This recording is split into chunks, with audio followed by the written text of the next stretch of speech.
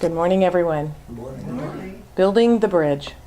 So in the words of Dr. Ernest Holmes in The Science of Mind, he writes, "Let us feel that our purposes are high, are animated and inspired from on high, and then let us go forth and make our dream come true in human experience." Those are really beautiful words, aren't they? Very inspiring.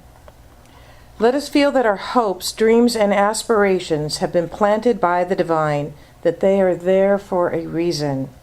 Let us know that they are there so that God can express itself in this world, in this way, as you. As you. So say with me, I am here so that God can express as me.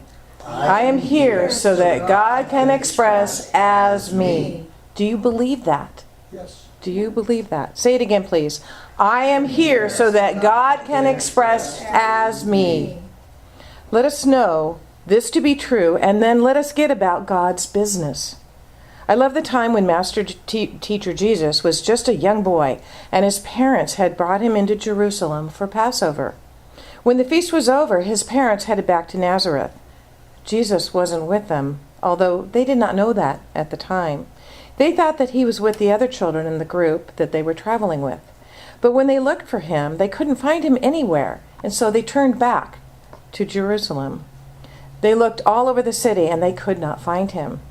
After 3 days, and we lost our little boy for about 3 minutes, and we freaked out. 3 days, they found him in the temple, sitting with the teachers, listening to them, asking them questions, and conversing with them. When she saw him, Mary ran up to Jesus and said, "What the heck are you doing? Where have you been? How could you do this to us? We've been frantically looking for you." Well, actually, the scripture says that she said, "My son, why have you done so to us? Behold, your father and I have been looking for you with much anxiety." And his answer was profound. "Why were you looking for me? Did you not know that I would be about my Father's business?" At the time, Mary didn't understand what in the world that meant, but we do. We understand. We too must be about our infinite Mother, Father, God's business. Or to paraphrase Holmes, we must be about making our dream come true in human experience. You're the only one who can know specifically what that means for you. You are the only one who can say what the call of the divine is in you. But whatever that happens to be, it is part of who you are. What you decide to do with the call is completely up to you. You can smother it and not admit to yourself that it exists. You can daydream about it. You can say you want it all day long while you hang on to the edge for dear life. Or you can go for it, which requires bridging the gap.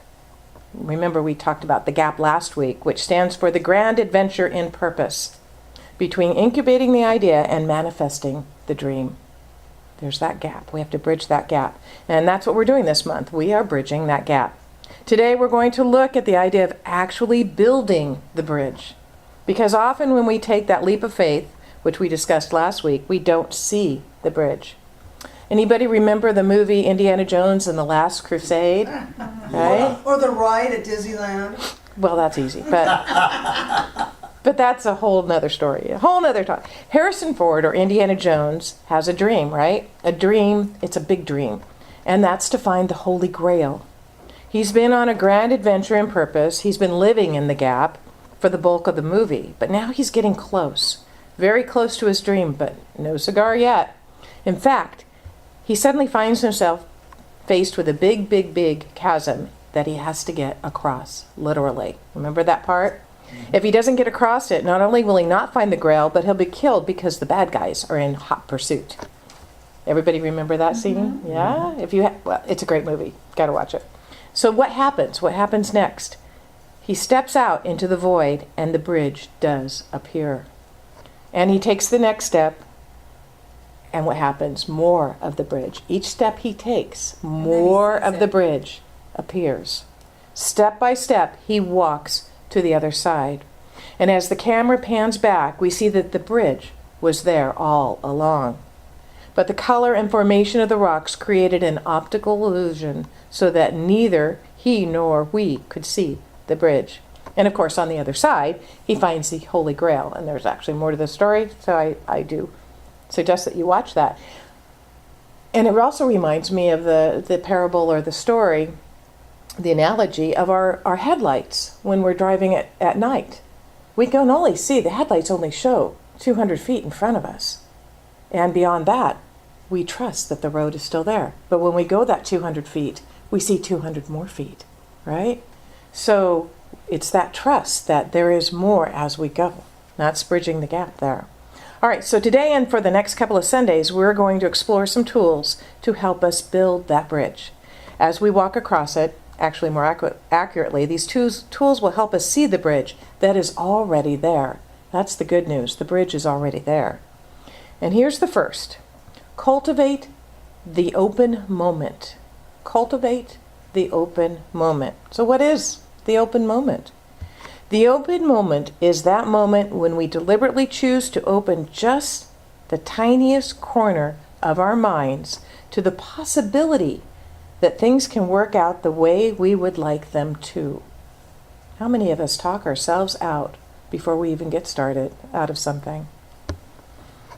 It is the moment when we accept that perhaps, just perhaps, better than we have imagined from where we now stand, something better can occur. Something better.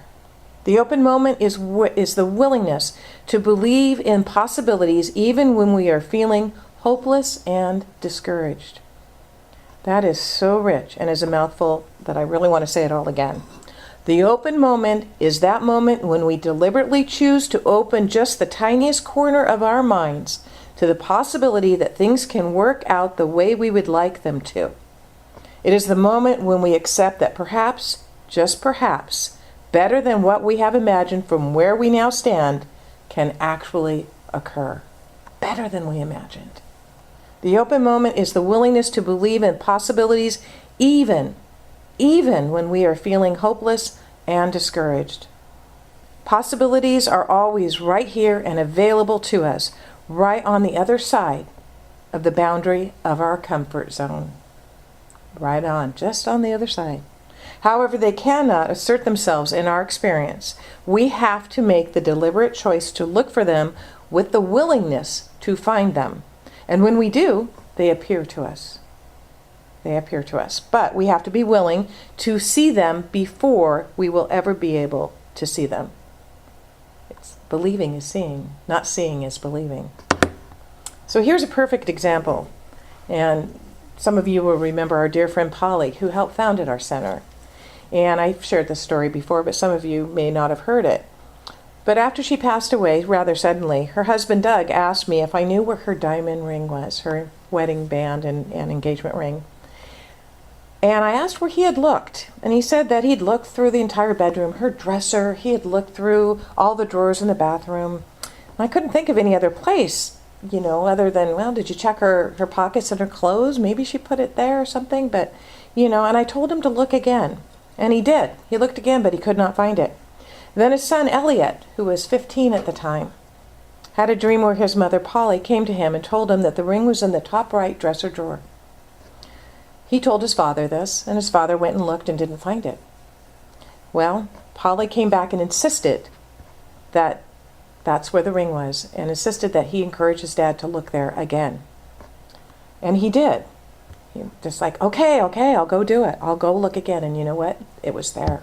He found it. It was there, and it was there all along. Doug could not see it before because he did not believe it was there. He had taken a cursory look and determined that it wasn't there that first time, so he just didn't believe it was there. And so for him, it wasn't until he changed that perception in his mind. And Rich and I have that same experience every single time I ask him to find something in my purse. It is not there, because he's made up his mind that he's never going to be able to find it anyway. So, true? True. Well, your purse has everything but the kitchen sink in it. So it should be easy to find. If we're ever to become the person who's capable of living our dreams, we must nurture in ourselves the open moment, the willingness to shift the way we look at things. It's all perspective. It's all perspective. There was a minister in Redlands who discussed the Bible verse where Jesus talks about turning the other cheek. You know, what did that mean? Did that mean, you know, turn the other cheek so you could get hit on the other side too? And she said, no. You turn the other cheek. If someone has harmed you, turn the other cheek to look at something with a different perspective. Look at it from a different view so that you understand. That was her interpretation of that. So are you feeling stuck or helpless or powerless, thinking that your dream can't possibly happen? Sometimes we get there. We have this fabulous dream and we may make progress and then it stops and we start feeling frustrated. What if you could just be willing to believe that it is possible, or have a willingness to believe that impossible things can actually happen? I believe in miracles. I love this dialogue from Alice in Wonderland because, you know, I am inspired by Disney. I'm sure he was a metaphysician. There is no use in trying, Alice said. One can't believe impossible things. I dare say you haven't had much practice, said the Queen. Why, when I was your age, I always did it for half an hour a day. Sometimes I believed in as many as 6 impossible things before breakfast. So, there you go. Try asking yourself the question, what would I see if I were willing to believe that my dream was possible? What would I see? That is an open moment. Be willing to have an answer come to you, and an answer will show up. In her book, Successfully Midair, Sandra Daly writes, possibility and potential exist right here and right now. It's as if they are holding their breath, just waiting for you to focus on them so that they can live their own purpose, which is to become. The open moment's purpose is simply to open the tiniest crack in the wall that stands between I can't have this dream and here are all the reasons why, and the actual experience of the better life that already exists right in front of you. Open the tiniest corner of your mind to possibility, and your experience of your life will never be the same. As Joy says, show me, God, how much you love me through whatever. God, how much do you love me through my new job? God, show me how much you love me through new friends that I meet, through my money flows. Through my health, through my abundant health. Show me how much you love me. That's opening. That's that open moment. Our first tool this morning for building the bridge is being willing to have that open moment. The second is found in one of our 6 mental faculties. So the second one is what? What would you think it would be? What was the first one? The first one was being willing to have the open moment. So the second one is one of our mental faculties, which? Trust? Intuition. Intuition. We've talked in the past about our 6 mental faculties: imagination, perception, memory, will, reason, and intuition. And we're not going to go into all of them today, but the one that is the most extremely important in building that bridge is our intuition. Listening to and following our intuition is a huge tool in building the bridge from incubation to manifestation of our dreams. And Ed was sharing with me earlier this morning how he listened to that inner voice, to his inner intuition, and took action.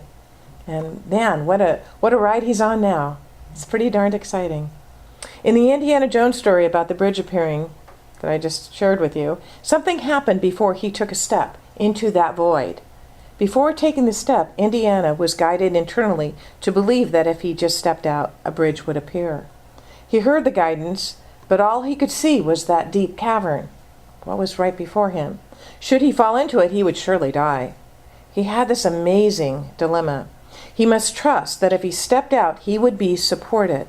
He knew that his dream, finding the Holy Grail, required trusting that inner voice. But if it was wrong, he would die. And then he heard his father's voice in his mind, "You must believe, son." And that's all it took for him to have the courage to take that step. Our intuition, our inner guidance won't steer us wrong, even if it's in the face of illogic. We call intuition our inner voice, but we have a lot of inner voices, don't we? Don't we? You know, the critical one, the self-judging one, the one of self-doubt that creeps up for all of us now and then. How about calling our intuition or guidance the voice that loves me? the voice that loves me, because that conjures up an entirely different image than those other voices, doesn't it? I have tape recordings in my head. I can hear my mom and my dad and sometimes my grandmother. No, let's listen to the voice that loves me and know that that is our intuition. Our intuition is the voice that loves us. Inside every single one of us is the voice that loves us. It's always present, and if we pay attention, we can hear it. It's always giving us direction. It is absolutely the perfect signaling device for our aliveness, health, well-being, and the ability to live life fully. Most of us have been trained to ignore that voice.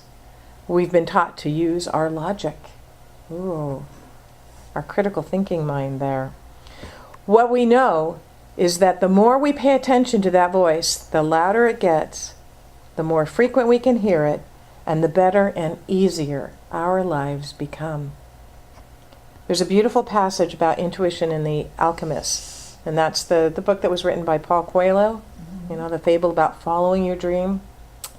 He writes, "The boy was beginning to understand that intuition is really a sudden immersion of the soul into the universal current of life, where the histories of all people are connected, and we are able to know everything because it's all written there.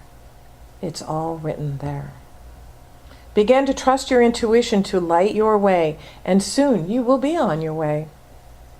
So let's take the open moment by opening the tiniest crack in the wall that stands between "I can't have this dream" and "here are all the reasons why," and the actual experience of the better life that already exists right in front of you.